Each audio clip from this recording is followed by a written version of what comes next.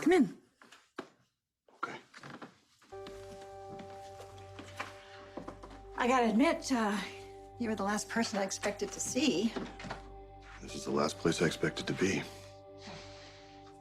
Since you've come to town, it just feels like there's a lot left unsaid between us. And we need to change that. Actually, I couldn't agree more. I'm not sure if Peter is my son, and you're the only person who can help me get to the truth. You're talking about the Anamnesis Project? Yeah. So you think it's possible that your memories of giving birth to Peter aren't really yours? Yeah. But with your help, I think I have a chance to settle this once and for all. All right. First, let me make sure that I have my facts straight. My understanding is that your history with Faison goes back many years. Yeah. And, you know, early in my career, I pretty much thought I was smarter than anyone else. But when I look back on that, I just was reckless. A lot of that time was a blur. You know, I was running on adrenaline for so many years. Adrenaline and coffee and very little sleep, which is a recipe for disaster. I mean, it isn't inconceivable that there's 9 months of that time that's shrouded in darkness and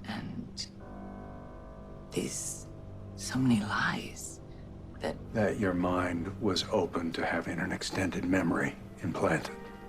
the memories I have of that time are of the night that I spent with Faison as part of an elaborate sting operation, and Peter's birth, and then my decision to put him up for adoption. And all of those thoughts line up perfectly with that period in my life. And then I have worked really hard to put all of that behind me and to bury it, just really so I could survive. And when you learned that you had been one of Cabot's subjects, But I wondered if those memories were mine at all. If they were my sister's. I assume you've talked to Chase since I last saw you? Yeah, I'm supposed to meet up with him in a little while. What about him?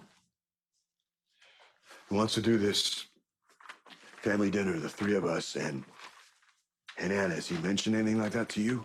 A family dinner? No, not that specifically, but the last time I saw my son, he was quite intent on seeing if I could help mend fences between you and your dad. But we both know that's not going to happen, don't we?